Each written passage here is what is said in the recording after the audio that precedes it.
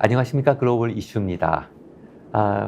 오늘도 지구상 요소에서 일어나는 각종 말썽을 찾아서 확실한 팩트 분석을 바탕으로 확인 사살을 통해서 여러분들의 궁금증을 풀어드리는 시간을 갖도록 하겠습니다. 오늘 시민 언론 민들레 한승동 에디터님 또 모셨습니다. 안녕하십니까? 예, 안녕하십니까. 반갑습니다. 날씨가 덥죠? 네, 무척 덥습니다. 무척 더운데 더 열받게 하는 일들이 자꾸 발생되는 것 같습니다. 많죠, 뭐. 어제 8월 15일 우리 광복절에 테러리스트 김구라고 하는 해괴망측한 책이 발간됐습니다. 예. 저도 굉장히 당혹스럽고 민망한데 어떻게 김구는 테러리스트입니까? 글쎄, 그거야말로 김구 선생을 테러리스트라고 하는 그거야말로 폭력적이고 테러입니다. 예. 이런 제목을 다룬 것 자체가 굉장히 자극적인 어떤 상업적 목적으로 한 건지는 모르겠지만, 그런데 이 저자를 보면은 역시 우리가 짐작할 수 있듯이 뉴레이트 계열 낙성대 경제연구소 연구위원이고 또 일본 가서 박사학위를 받아온 사람입니다. 아, 그렇군요. 그렇죠. 일본, 근데 이상해요. 일본 갔다 온 분들이 왜 이런지 모르겠어요. 다 그런 건 아닌데, 제 경우는 일본에 가서 적어도 일정 기간 동안 살고 온 사람들 스타일이 두 개가 있는데, 네. 하나는 아주 말하자면 친일적인 사람으로 변모해서 오는 사람이 있고, 한 사람은 오히려 그 실체를 알고 더 반일은 아니죠. 일본에 대한 비판적인 시각이 더 강해져서 돌아오는 사람들이 있거든요.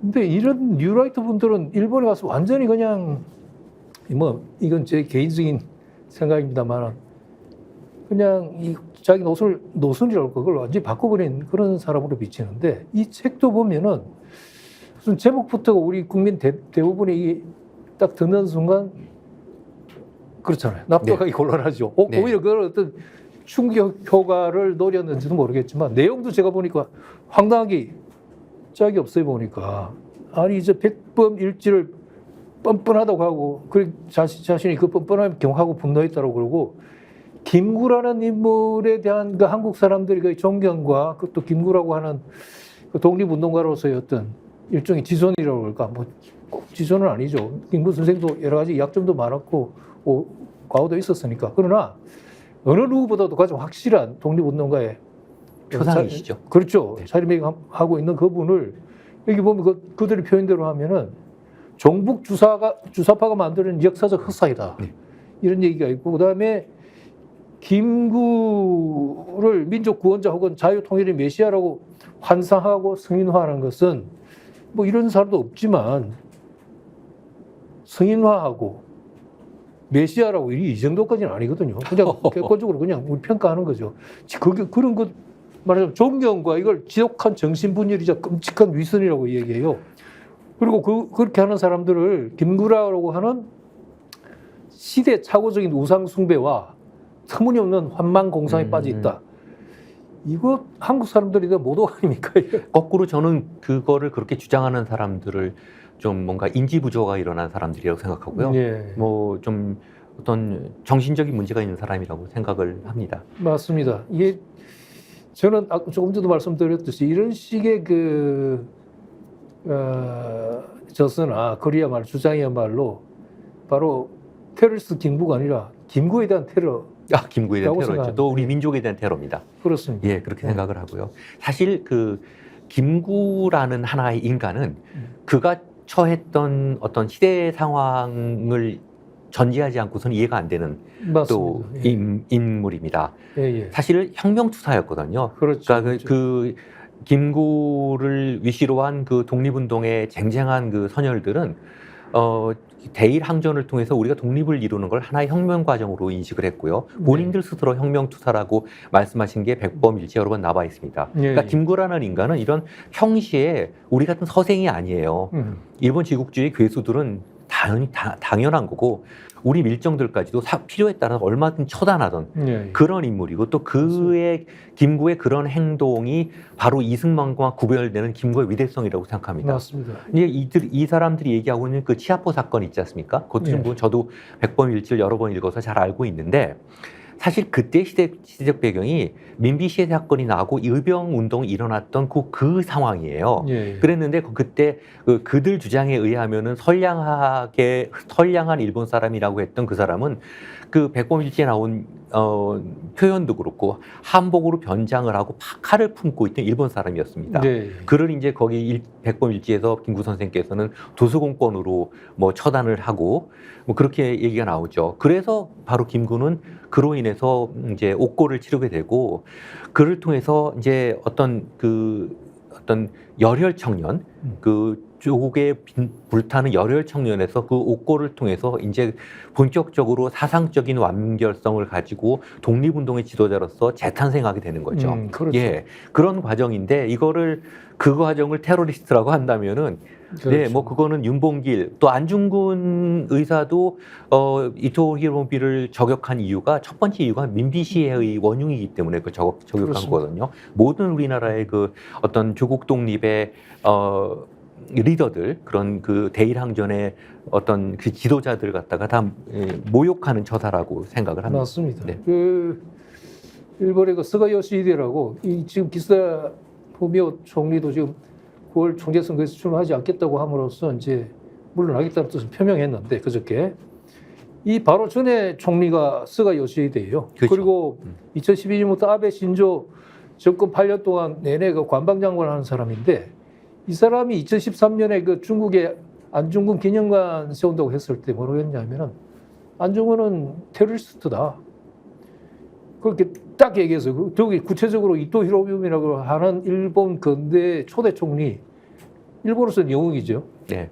그걸 죽인 살인자 이런 식으로 반응을 했거든요. 즉 말하자면 지금 김구 선생을 테러리스트라고 하는 사람들은 일본 우익, 거의 극우 주장을 그대로 수용하는 것이고 그들의 주장에 따르는 것입니다.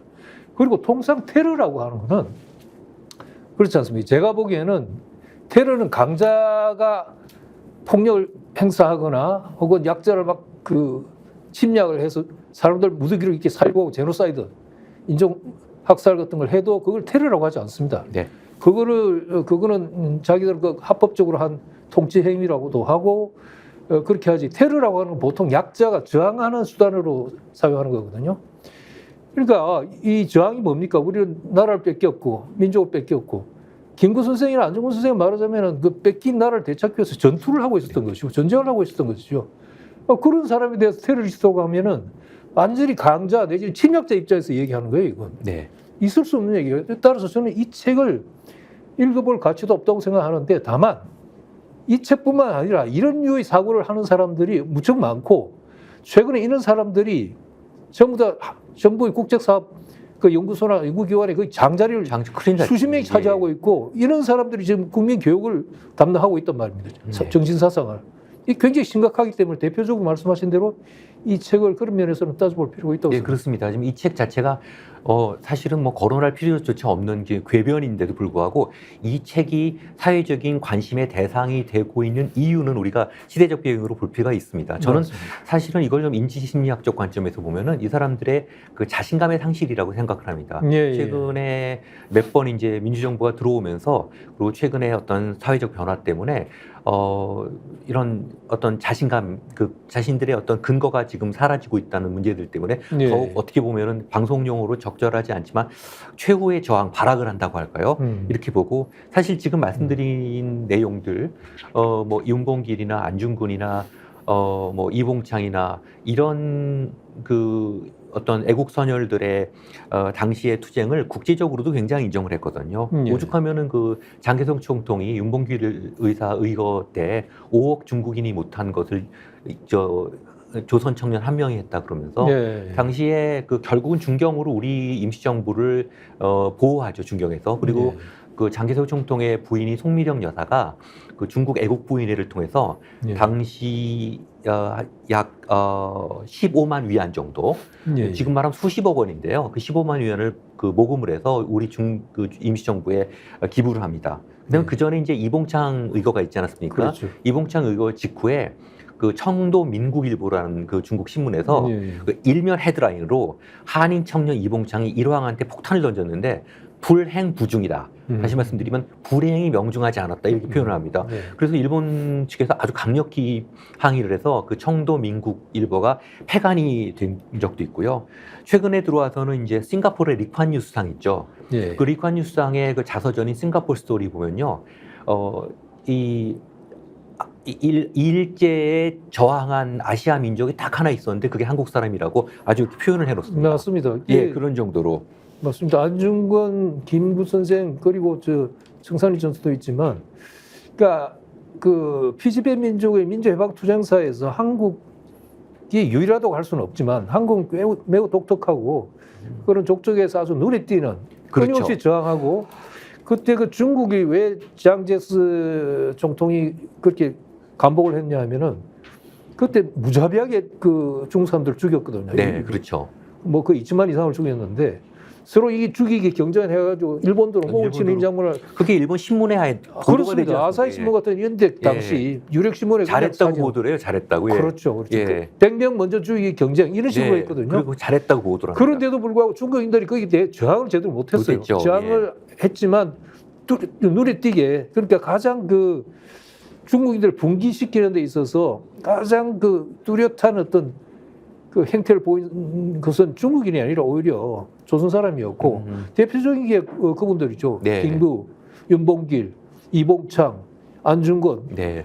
이런 분들이지 않습니까? 지금 뭐 유일하진 않다고 말씀을 하셨는데 제가 알기로는 그 비압박 민족의 그 민족 해방 투쟁사 중에서 이 정도로 저항을 한 거는 거의 유일한 게 아닐까. 예를 들자면 인도 사람들이 런던 한복판에서 막 폭탄을 던지고 이러진 않지 않았습니까? 맞습니다. 그 대단한 게 대단하죠. 김구에 대한 그 현상금이 당시 60만 위안 정도 돼서 지급 돈으로 190억 정도 됐다고 합니다. 그런데도 불구하고 중국 사람들이 백범을 보호를 해요. 그리고 더더욱 놀라운 게 그 김구의 인품에 감복해서 윤봉길, 이봉창, 나석주 등 많은 한인 청년들이 목숨을 거기에 자신 목숨을 내걸고 실행하지 않았습니까? 그렇습니다. 그거 지금 뭐 보면은 뭐 그들이 주장하는 바에 따라서 이승만을 비교해 본다면 누가 이승만을 위해서 목숨을 걸었습니까? 지금 말씀 잘하셨는데 저도 결국 이런 글을 쓰고 하는 것들이 결국은 방금 말씀하신 그 민족해방투쟁사에서 거의 유일하거나 혹은 눈에 띄는 한국의 항일 독립운동사 전체를 말살해버리고 그렇죠. 1948년도 정부 수립 그 주체가 누굽니까? 미국과 이승만이잖아요. 네. 지금 그들을 지금 건국의 아버지로 만들기 위해서 모든 게 움직이고 있거든요. 네, 최근 노골적이더라고요. 노골적이죠. 어제까지도. 예. 그렇죠. 최근에 그 네. 정부 국정연구기관이나 연구소 수장들을 그런 사람으로 앉히고 그다음에 이런 책을 내는 게 네. 하나 같아요. 똑같아요. 그런 식의 사고방식을 가진 사람들을 다 앉히고 있어요. 네. 이런 사람들은 어떤 면에서는 그리고 노골적으로 독도가 심지어 한국 땅이 아니라고 한국 땅이라는 근거가 없다 이렇게 얘기하는데. 그렇죠. 반일 종족주의 어떤 책을 보면은 네. 이게 누가 누구에게 대해서 그런 얘기를 해야 될지 모를 정도로 뭐 정말 어이없는 얘기를 하고 있어요. 예. 거기에 대해서 뭐 구체적인 레퍼런스 없습니다. 예. 세상에 어떤 나라가 자기 나라 독립을 위해서 목숨을 바친 그 순국 선열들에 대해서 이렇게까지 폄훼하는 그렇죠. 그런 사람들이 어디 있겠습니까? 이런 자학도 없어요. 자학이. 자학도. 자기 예. 스스로를 부정하고 예. 자기 민족을 부정하고 자기 뿌리를 부정하고 도대체 그 목적이 뭔지를 모르겠어요. 네네. 도대체. 한일 통합을 하는데 네. 저는 통합도 좋다고 생각합니다. 그런데 이런 식으로 일본이 복속당하는 네. 그 통합을 하자는 거예요, 지금? 네. 이 목적 문제들은 사실은 이제 좀 더 얘기가 나오면 어느 정도 나올 것 같은데 예. 아까 지금 너무 의열 어이가 이제 없어요. 예. 우리 그 뭐 백범이 이끌건 한일 의열단 또 대한민국 임시정부의 그 투쟁 그 무력 항쟁과 이제 테러리즘 지금 이제 김구는 테러리스트였다고 네, 얘기를 하니까 예. 제가 이제 저 국제법 학주로 몇 년 전에 요 의열 투쟁과 테러리즘이 어떻게 구분되는가를 몇 가지 항목을 가지고 하나 비교를 해본 게 있습니다. 네. 여기 지금 표가 나올 텐데요. 대체적으로 이제 목적, 대상, 방식, 결과에 따라서 나눠집니다. 예. 이제 의열 투쟁은 그 목적 자체가 민족 자결의 고향이라든지 국제적 정의 실현이라든지 또 인류애 이런 거에 기초한다면 최근에 보시는 그 볼 수 있는 테러리즘은 정치, 종교, 금전적 목적으로 이루어집니다. 예. 그다음에 이제 대상을 보면 김구 선생도 이제 몇 번 편지에서 그 선량한 일본 사람을 한 명 대체서는 안 된다라고 말씀을 네. 하시거든요. 그래서 지금 전부 일제 수괴 일본 군국주의 수괴들만 노렸는 데 비해서 최근에 일어나는 그 일반적인 테러 보면은 무고한 민간인을 대상으로 합니다. 예. 근데 방식을 보면요. 이게 참 공개적입니다. 그래서 이제 일이 터지면은 백범도 이제 이봉창, 윤봉길 의거 이후에 예.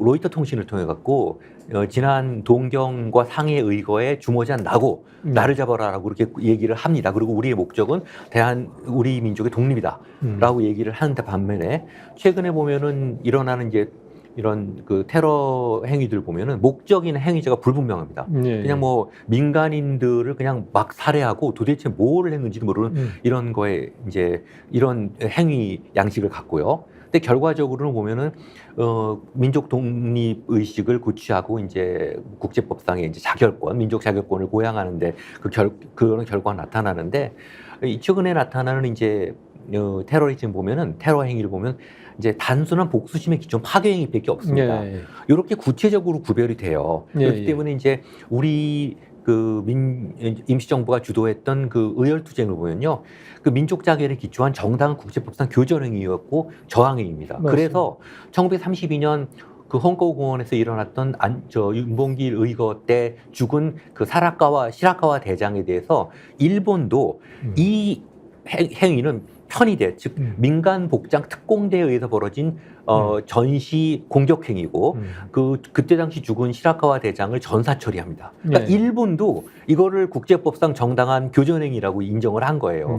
예, 그러니까 이런 관점에서 본다면은 그 백범이 주도했던 또 윤봉길 또 이봉창, 나석주밖에 수 없는 한인 청년들이 실행했던 예. 그런 어떤 대일항전의 그런 무력 투쟁들은 결코 테러리즘으로 볼 수 없는 테러, 겁니다. 지금 말씀하신 그 테러들은 일종의 완전히 반인륜적인 범죄행위죠. 범죄행위죠. 예, 전혀 근데 김구 선생이나 이봉창 이걸 똑같은 동일 선상의 반인도적인 범죄행위가 아니라 제가 보기에는 그거야말로 네, 숭고한 자민족, 자기 가족, 네, 무고하게 당한 사람들을 해방 내지는 구출하기 위해서 한 도덕적 윤리적으로 정당한 그것입니다. 예. 네네, 예. 그리고 그 예를 들면 야세라 아라파트 그 피에로 의장, 네, 팔레스타인 민족해방기구의 의장이라든가 나중에 팔레스타인 자치기구 수반도 됐습니다만은 그다음에 샤를 두고 그 망명정부 세워가지고 레지스탕스 운동을 벌였던 이런 사람들도 좀 더 그러면 테러리스트고 네, 그 정말 여기서 말하는 시대착오적인 우상숭배와 터무니없는 공상에 빠져 있는 사람들이요. 전부 다 그러면 일본에 네. 두 손 들고 항복하는 것이 그 도덕적이고 윤리적이고 옳은 거고 이렇게 돼버리잖아요. 그러니까 이게 정말 한술 더 떠갖고 이제 요번에 그 신임 그 독립기념관장도 얘기했지만 그 일제 때 우리 일본 사람이었다. 일본민이 이런 얘기를 지금 하고 있거든요. 참 황당하지 않습니까? 그렇죠. 그러니까 이분들이 우리가 지금 말씀하신 우리 독립운동 선열들이 바로 그걸 부정하고 일시적으로 강권에 의해서 빼앗긴 국권과 나라를 되찾기 위해서 목숨을 바쳐가면서 싸운 건데 네, 그걸 이게 테러리스트는 어떤 면에서는 강자에 대한 최후의 저항 수단이고 자기 목숨을 던져놓고 하는 거예요. 네네. 그러니까 선생님 말씀하신 대로 어떤 개인적 욕망이나 이익을 위해서 사적인 이익을 위해서 만일 그 무고한 사람들을 죽인다고 한다면 그건 용납할 수 없는 것이고 그 다음에 모든 걸 떠나서 사람을 죽이거나 해야 한다는 것 자체가 끝까지 정당화될 수는 없을지 몰라도 어떤 비상사태나 비일상적인 상태에서 어떤 큰 대의를 위해서 그렇게 하는 거는 정당한 저항 방법이고 그거는 또 도덕적 윤리적으로 옳다고 당연히 평가를 받아야 됩니다. 네.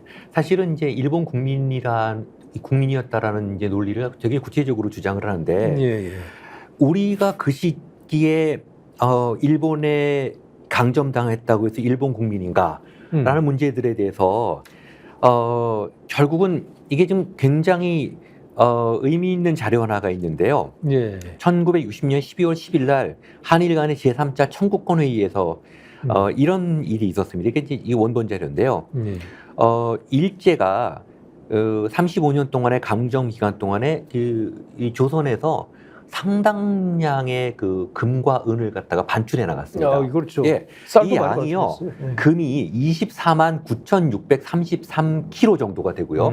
또 상당한 양의 은이 이제 반출이 됐습니다. 그런 다음에 예. 어떤 짓을 했냐면 그 조선은행에다가 그 엔화를 채워놨어요. 예. 그래서 이제 이거를 돌려내라. 라고 했습니다. 당시 이제 돌려내라고 했던 비용이 약 5억 6,300만 eng. 그다음 은은 2억 8,700만 eng쯤 돼서 지금 돈으로 한 사람이 약 100조 정도를 이제 돌려내라고 했습니다. 일본 측 논리가 뭐냐 하면은 야, 우린 잘못한 거 없다. 우리가 그 탈취해 간 거 아니고 금을 본토로 소위 자기네들 말하면 내지로 이송하면서 거기다 엔화 채워놨다고 얘기를 한 거예요. 이게 이제 조선은행법 제22조 1항에 따라서 조선은행의 지금과 지은을 일본 은행권으로 이렇게 대체했다고 얘기를 했습니다. 그래서 이 문제가 있을 때 그날 이제 그 한일 회담의 그 청구권 협상의 대표였던 이제 정일영 박사님, 굉장히 그 국제법 학계 원로시죠. 굉장히 이 정일영 박사님의 말씀이 굉장히 의미가 있습니다. 예. 자, 우리는 이렇게 말씀해요. 우리는 이제 일본법의 지배 아래 있지 않다. 이 회담에 적용한 것은 일본의 법이 아니고 국가 간 관계를 규율하는 국제법인 것이다. 예. 국제법에서 일본이 만든 법은 권리 의무의 기준이 되지 못하고 당시 시행한 법률이라고 하는 것은 권리 의무가 아니라 착취의 수단이었을 뿐이다. 이거는 일본도 사실 인정을 해서요. 일본 측이 한국 측에서 형평적 입장에서 이야기하고자 하는 듯하니 그 뜻을 알겠다. 지금 지은 반출 현황을 제출해 주기 바란다. 이게 이제 청구권 협상에서 이제 제 1항으로 나온 건데요. 다시 바로 이건 겁니다. 지금 이제 김영석 그 신임 독립기념관장은 당시에 법률적으로 우리는 일본 국민이었기 때문에 내가 일본 국민이라고 얘기한 것이다. 나라를 잃어서 일본 국민이 됐는데 일본 국민이 아니라고 할 수는 없지 않냐라고 나름대로 논리를 폈는데요. 문제는 지금 관점에서 보는 시각이신 거죠. 예. 이거를 갖다 당시 일본이 착취하기 위해서 만든 그런 법을 우리가 그냥 받아들여야 되느냐 이 문제가 있습니다. 그리고 일본이요. 일본 국민이라고 얘기해놓고 일본 국민으로 대우조차도 안 했습니다. 우리는 우선 선거권이 없었어요. 아무것도 권리도 없는 상태로 착취만 했기 때문에 징용 문제에 있어서도 일본 법조계에서도 이거는 조선 사람들을 징용하는데 법률적인 문제가 있다고 일본에서조차도 얘기를 했거든요. 맞습니다. 과연 그렇다면은 이런 문제를 봤을 때 과거사의 문제를 우리가 지금의 시점에서 어떻게 볼 것이냐 이런 문제가 있지 않습니까? 그렇습니다. 그 금원뿐만이 아니라 우리 뭐 인력이나 뭐 자산을 다 훔쳐갖고 착취 수탈해 갔죠. 그리고 대표적인 게 쌀이죠. 네. 일본은 당시 근대 시기에 인구 막 불어나는데 그걸 다 살리지 못했어요. 그래서 굉장히 쌀이 필요했는데 그걸 조선에서 수탈해 갔거든요. 그게 산미 정식 계획인데, 네. 그러니까 쌀 정산 계획을 해가지고 마구 이제 쌀값에 이렇게 가져간 게 그래서 그 군산항이라든가 목포항이라든가 다 일본 쌀 퍼내가는 항구였잖아요. 네.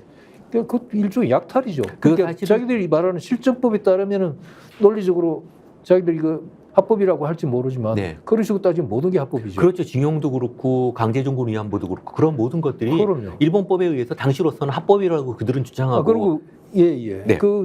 예를 들면 영국이 인도 식민 지배했을 때 그럼 인도 사람이 전부 영국인이었나요? 그렇죠. 그것도 말도 안 되는 거고. 근데 그게 바로 우리가 그 독특하고 좀 더 대일한 그 티합방 민족으로서의 독립주장을 그렇게 한 게 영국의 인도 통치는 조금 다릅니다. 예. 영국은 일본처럼 철저하게 강점한 것이 아니라 대충 인도 사람이라고 인정을 하고 인도 사람을 통해 갖고 소위 그 커미션만 비즈니스로 착취만 한 거죠. 그러니까 인도 방식이 이제 국가 차원이라기보다는 일종의 동인도 회사라고 하는 그렇죠. 예.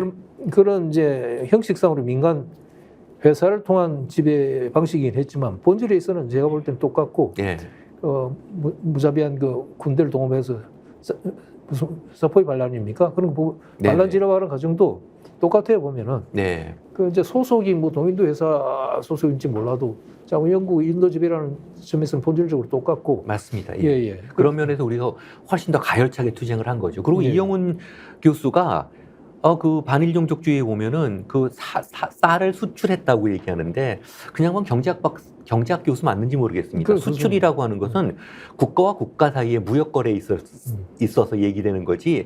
그의 주장에 의하면 당시 조선은 그냥 일본의 일부 아니겠습니까? 근데 일본에서 일본으로 가는 쌀이 무슨 저기 수출이에요. 그들 주장이 예, 따르면 그들- 그렇죠. 근데 그 얘기도 말이 안 되는데 명세 경제학 교수께서 이런 말씀을 하신다는 게 저도 좀 이해가 되지 그리고 않습니다. 우리 교수님이 이제 국제법 학자시니까 이건 조금 다른 맥락에서 저는 제가 여러 가지 이제 이 사건들이나 이런 걸 이제 책을 보고 하면서 국제법이라는 게 이게 정말 강자들의 그 일종의 그 식민 지배 내지는 약탈을 하기 위한 강자끼리 일종의 신사협정인데, 그러니까 아프리카를 이렇게 동서로 나눠 가질 때 프랑스, 독일, 영국이 어떤 원칙들을 정해가지고 이 선을 넘지 말자 하고 그 들이대는 게 국제법이고, 해양 그 영토 약탈도 보면은 미국이 스페인으로부터 뭐 필리핀, 괌 다 빼앗고 쿠바 빼앗고 할 때도 보면은 그들이 모여가지고 그럼 이걸 합법적으로 공인해 줄 때 국제회의랑을 열어가지고 국제학자라는 사람들이 와가지고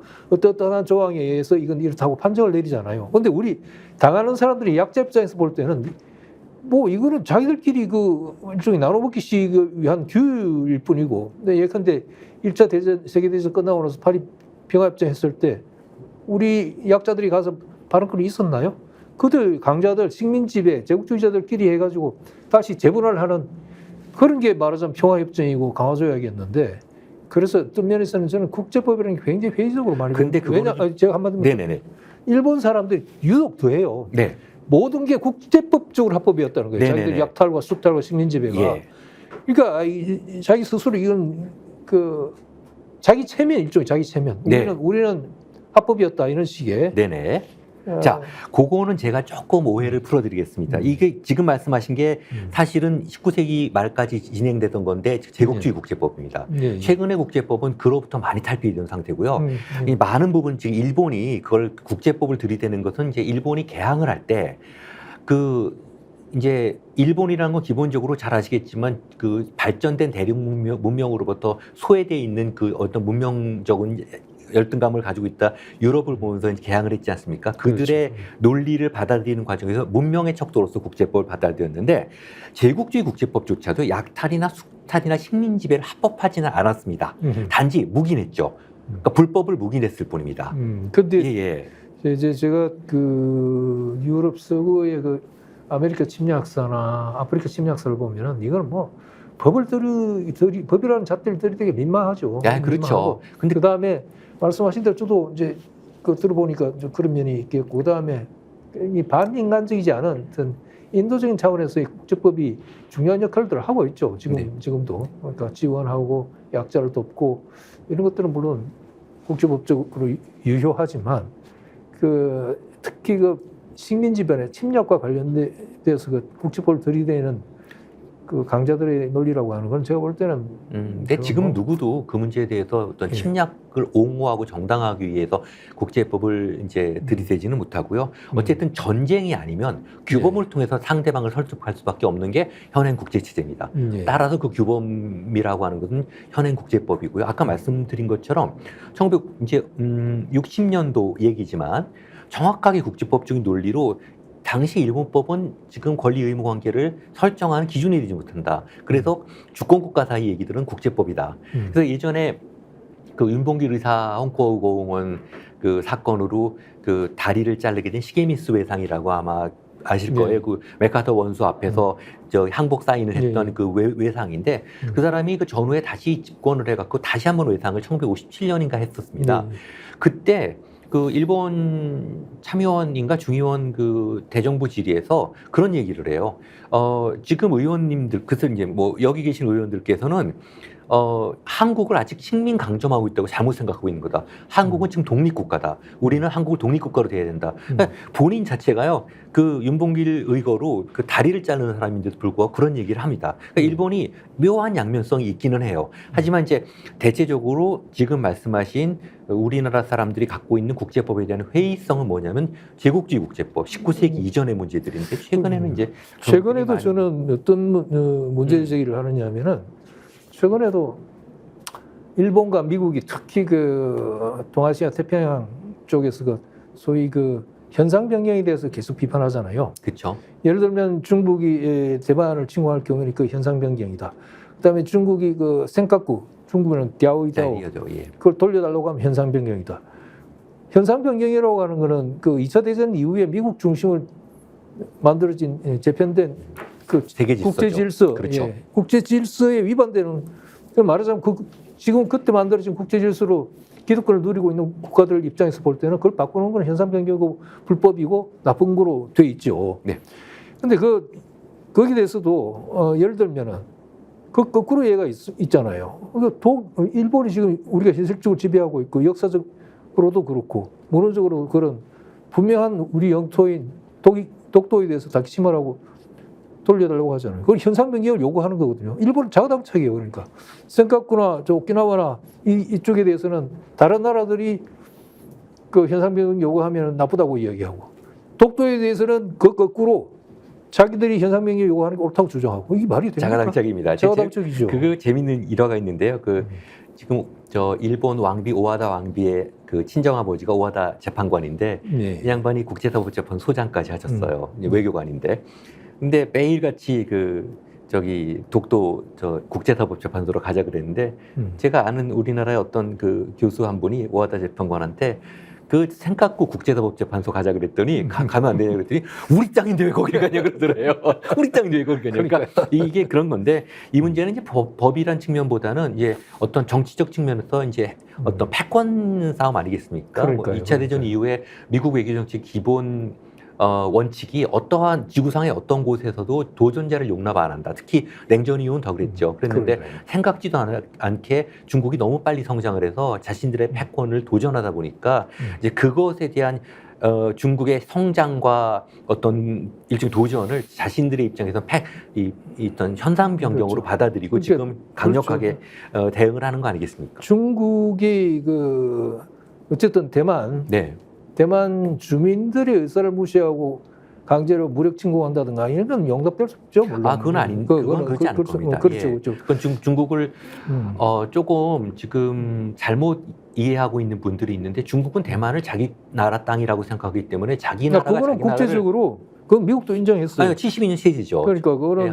원 원차이나니까요. 원차이나인데. 근데 이제 제가 말씀드리고 싶은 거는 예를 들면은 자꾸 국제법에 대해서는 회의적인 게 예컨대 한일 합방이나 얼선덕 이야기나 일본이 조선 침략 과정에서 맺은 자기들이 군대 동원하고 경찰 동원하고 해가지고 꼼짝 못하게 해놓고 강제로 맺은 그런 모든 조약이나 협정 이런 걸 다 합법이었고 국제법적으로 합법이다라고 지금도 주장하고 있고 자기 정당화하고 있잖아요. 물론 이제 교수님 말씀하신 대로 그건 이제 건대적인 그런 제국주의 시대의 어떤 그 논리라고 하지만 그러나 그렇지도 않습니다. 일본은 지금도 그걸 주장하고 있잖아요. 예. 그거에 대해서 일본도 애매한 입장을 취하고 이거는 세계적으로 이 당시의 조약은 무효라고 선언이 됐습니다. 예컨대 이제 을사늑약 같은 경우도 1927년에 국제연맹이 하버드 대학에 의뢰를 해서 이거에 대한 소위 이제 연구 용역을 의뢰를 했는데 조약에 대해서. 근데 1935년에 이제 나온 그 보고서를 보면은 강압에 의해서 체결한 조약은 무효다. 예를 들어서 1905년 일본의 보호조약 이렇게 나옵니다. 그러니까 그렇죠. 이제 이 상황은 그야말로 힘과 힘이 부딪히는 그 상황에서 조약이라는 걸 일종의 명분으로 이용했을 뿐이지 일상적인 국제법 질서가 돌아가던 상황이 아니었습니다. 그러니까요. 네. 그게 분명히 국제법적으로 한일 합방이라고 하는 게 그거는 가장 엉터리 무효다라고 하는 판정은 국제법적으로 내린 곳도 있지만 예를 들면 그 뭡니까? 이 국제법적으로 내려진 이건 지금 남중국 쪽에서 필리핀하고 중국이 지금 부딪히고 있거든요. 네네. 그러니까 하도 이제 중국이 심하게 이제 한초나 이런데 억지로 모래 부어가지고 비행장 만들고 해가지고 기지화하면서 그쪽 하면서 저 베트남이나 말레이시아 앞에까지 자기 영해라고 주장하고 있잖아요. 그러니까 필리핀은 바로 자기 영토 바로 영해에 있는 그것도 중국이 자기들 거라고 주장하고 있으니까 그게 국제 중재재판소가 소송을 했어요. 해가지고 중국이 주장은 근거 없다 하고 판정이 나왔어요. 근데 판정이 나와도 중국은 들어채도 않는 거죠. 네. 그러니까 이게 국제법이라고 하는 게 예를 들면 어떤 절대자가 있거나 아니면 세계 정부가 있어가지고 말을 안 듣는 판정이 나오는데도 말을 안 듣는 쪽을 제재할 수 있는 어떤 권한이 없는 한 강자가 말을 안 들으면 그뿐이라는 얘기예요. 제 얘기는.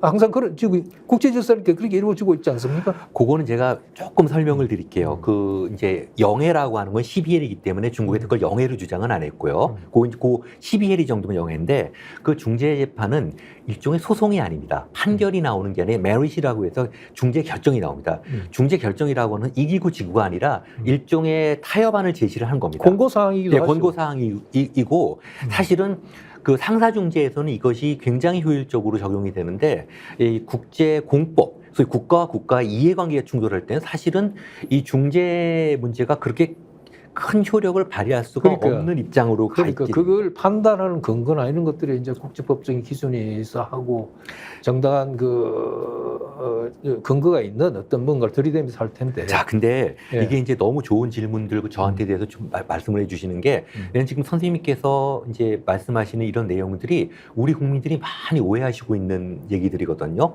근데 지금 올해 매년 우리나라에서 범죄가 어느 정도 나는지 아십니까? 약 200만 건이 납니다. 예. 놀랍죠. 우리가 지금 얘기하고 있는 요 몇 분 사이에서도 지금 서울과 뭐 수도권과 지방 각 지역에서 매일 지금도 범죄가 일어나고 있거든요. 그럼에도 불구하고 우리가 이런 형법이 필요 없지 않냐 이런 얘기를 하지 않습니다. 야, 그거하고 다른 자, 문제죠. 보십시오. 다른 문제고. 왜냐하면은 국제법이 관할하고 있는 분야들 중에서 대부분이 다 평시에 국제 관계를 규율하는 법들이에요. 그런데 이 전시 문제라든지 이런 문제들은요, 그 어떤 인간의 본성, 폭력적 본성이라는 극단적인 부분들이기 때문에 사실 이게 법이 관할하는 그 영역을 좀 넘어가게 돼 있습니다. 일반적으로도요. 그렇지만 강자는 항상 자기들이 유리할 때는 근데 그걸 들이대잖아요. 근데 보십시오. 우리가 지금 약자입니까, 강자입니까?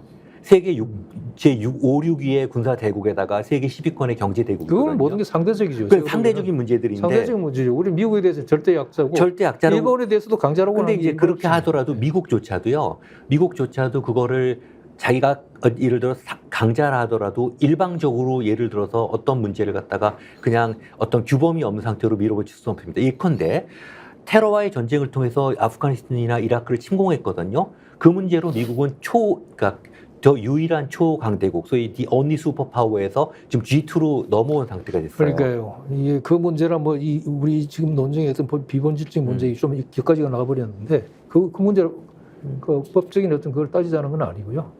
그 뭡니까?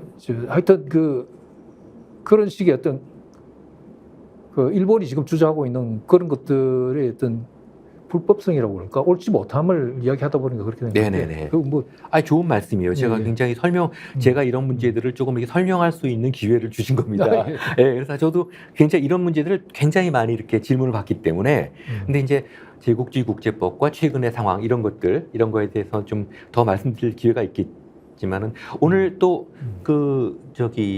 한미일 뭐 이게 어떤 군사동맹 문제 이런 문제들 좀 또 예. 제기를 해주셨어요. 최근에 있었던 이제 뭐 군사지휘 통합체제 문제라든지 이런 거는 어떻게 지금 진행되고 있습니까?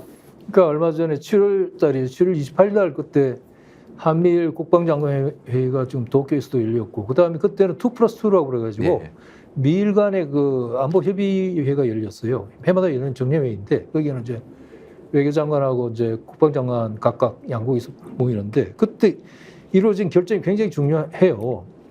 그때 블룸버그 통신이 뭐라고 했냐면은 그날 이루어진 그리고 합의된 발표문은 예컨대 11월 5일 날 미국 대선이 치러져서 만일에 트럼프가 대통령이 될 경우에 지금 바이든 정부가 맺어놓은 여러 가지 국제관계나 안보 관계를 완전히 뒤집어 놓을 가능성이 있고 동맹과 분리시켜버릴 가능성이 있기 때문에 네. 미리 그 전에 그 가능성을 차단하기 위해서 문서화하는 것이다. 각서를 쓰고 각서에다가 좀 더 서명을 했어요. 그게 뭐냐면은 한일 간에는 이제 예를 들면은 이미 뭐 우리가 지소미아나 이런 걸 통해서 알 수 있지만은 그 북한에 대한 그 정보 같은 걸 리얼 타임으로 이제 서로 공유한다. 그다음에 합동 군사 훈련을 한다. 뭐 예. 등등이 있지만 미일 그 2+2에서 뭐가 이루어졌냐면은 일본이 지금 해상자위도 육상자위도 있잖아요. 그리고 그 통합 작전 사령부라는 게 없어요. 네. 그래서 통합 사령부를 하나 만들게 돼 있어. 올해 연말까지. 근데 미군도 없어요. 주일 미군은 하와이에 있는 태평양 사령부가 딱 관할 하고 있고 지휘권도 거기 있기 때문에 주일 미군은 지휘권이 없어요. 그냥 현장 기지 관리라든가 뭐 부대 관리 그런 거는만 있지. 그리고 그걸 어떻게 일종의 격상시키는 건데 네. 그게 이제 통합군 사령부를 만들어 있다고. 그래가지고 일본 쪽 통합사령관, 사령부, 미국 쪽 통합사령부 해가지고 지휘 통합 체계를 만드는데요. 그렇게 되면 미일만 되는 게 아니고 우리 알다시피 한국은 지금 전시작전 통제권도 지금 미군한테 가 있잖아요. 그렇죠. 우리 스스로 군에 대한 어떤 자주권이 없어요, 사실은. 그러니까 한미연합 사령부에 의해서 사실은 지휘권이 통합되어 있어요. 통합돼 있죠. 그러니까 미국이 일본하고 지휘권을 통합해버리면 자동적으로 한미일 통합 체제가 되고 네. 그게 말하는 필리핀에 대해서 일본이 주장하는 준동맹이에요. 준동맹. 그러니까 군사적으로 똑같이 움직이고 그리고 미군의 지휘하에 이렇게 극단의 경우는 사람들이 걱정하는 것이 그럼 자위대가 한반도에 들어온 거 합법적으로 들어온 거냐? 형식적으로 보면 그렇게 됩니다. 그렇게 된 거죠. 그렇게 된 거죠. 그래서 가능성이 있죠. 이 문제가 굉장히 중요한데도 불구하고 논의가 안 되는 문제가 있고 이게 아마 곧 그 11월 대선 전에 미국 대선 전에 아마 최종 공식적인 어떤 뭐 이 선언이 있지 않을까 하는데 이미 사실은 있거나 말거나 뭐 그때 7월 28일 그 합의로 다 이루어졌어요 이미. 네. 그런 심각한 문제가 있다는 거고요. 이게 이제 그 우리가 교수님 쭉 말씀해 오신 그 일본의 일제 혹은 일본의 그 과거사에 대한 이는 반성하지 않는 태도, 그 8.15 그 14일 날 기사 후미오 총리가 총재선거에 안 나가겠다. 일본에서 총재선거에 안 나가겠다 그러면 자민당 일당이 총재선거에 안 나가겠다는 총리 안 하겠다는 거죠. 자민당 총재가 하자마자 네. 그 다음 날이 8월 15일인데 여러 그 포스트 기시다. 그러니까 네. 총리 후보 유력 후보들이 줄줄이 야스쿠니 신사에 가가지고 참배했어요. 네. 그 다음에 국회의원들이 78명이 무더기로 가서 참배했고 참배하고요. 지금 야스쿠니 신사를 총괄하는 그 제사장이 그 자위대 장성 출신이에요. 아유. 그러니까 이게 이런 나라하고 지금 우리나라 정부가 지금 무슨 그 협정을 맺고 무슨 이런 상황이란 말이에요. 그리고 우리가 전시작전 통제권도 없는 나라가 한미일 삼국 군 통합 지휘 체제에 그냥 맹목적으로 그냥 끌려 들어가는 거 아니에요. 네. 굉장히 우려스럽고 걱정스러운 건데 이에 대한 논의도 없고. 네. 예. 아, 참 오늘 날씨보다 더 뜨거운 그런 상황들이 매주 우리 앞에서 일어나서 우려가 더 커질 수밖에 없는 것 같습니다. 일제시대 때 한국 사람이 일본 사람이었나 이런 문제들 참 깊은 깊고 무거운 마음을 저희한테 주는 화두 같습니다. 예. 관련해서 오늘 클로징 멘트로 손기정 선생의 나의 조국, 나의 마라톤이라는 책에 나오는 한 구절을 읽어드리면서 오늘 말씀을 마치려고 합니다. 나는 코리아의 손기정이다. 나는 일본 사람이 아니다. 왜 나의 우승에 일장기가 올라가야 하는가? 왜 기미가요가 베를린 하늘에 울려 퍼져야 하는가? 이것이 정말 나의 우승이란 말인가? 가슴에 핏자국처럼 박힌 일장기, 나라 빼앗긴 족속의 낙인을 지워버리지 못한 내 꼴이 저주스럽다. 나는 한 번도 일본을 위해 뛰어본 적이 없다. 나와 내 나라 조선을 위해 뛰었을 뿐이다. 그런데도 나의 우승은 나라를 빼앗긴 슬픔, 빼앗긴 땅에서 태어난 절망만을 더욱 절실하게 되새겨줄 뿐이로구나. 다시는 뛰지 않으리라. 일장기의 멍해가 사라지지 않은 한 나의 마라톤은 다시 없으리라. 목구멍으로 삼킨 눈물은 가슴속을 폭포처럼 떨어져 내려간다. 손기정 선생님은 한국 사람이었습니까? 일본 사람이었습니까? 그는 죽을 때까지 한국 사람이길 원했고 그때도 한국 사람이었습니다. 당시 법을 통해서 조선 사람들이 일본 사람이었다고 주장하는 사람이 있을 수 있습니다. 기계적 법치주의에 따라서 그렇게 생각하는 것도 100에 하나쯤 일리가 있을 수 있습니다. 그러나 그렇게 생각하는 사람이 어떤 일이 있어도 독립기념관장에 선임되고 그 직무를 맡아서는 안 됩니다. 주역 일괴의 효사에 보면 항용유해라는 말이 나옵니다. 항용유해라는 말은 용이 하늘 끝까지 올라가니까 결국 남는 건 후회밖에 없더라라는 말입니다. 꿈에도 꿔보지 못한 독립기념관 자리에 앉으셔서 앞으로 어떤 후회가 밀려올지 한번 기다려 보십시오. 그 큰 후회가 밀려오기 전에 빨리 그 자리에서 내려오시는 것이 가장 최선의 방법이라고 생각을 합니다. 오늘 무거운 마음을 가지고 말씀을 나눴는데 다음 주에는 조금 더 가벼운 마음으로 예, 가벼운 마음으로 또 우리 의지대로 앤서니 될지. 모시고 말씀을 좀 나누기를 바랍니다. 그러나 그렇게 쉽게 가능할지 모르겠습니다만은 될 때까지 한번 해보시죠. 예. 네, 오늘 예, 또 수고하셨습니다. 말씀 감사드립니다. 예, 예.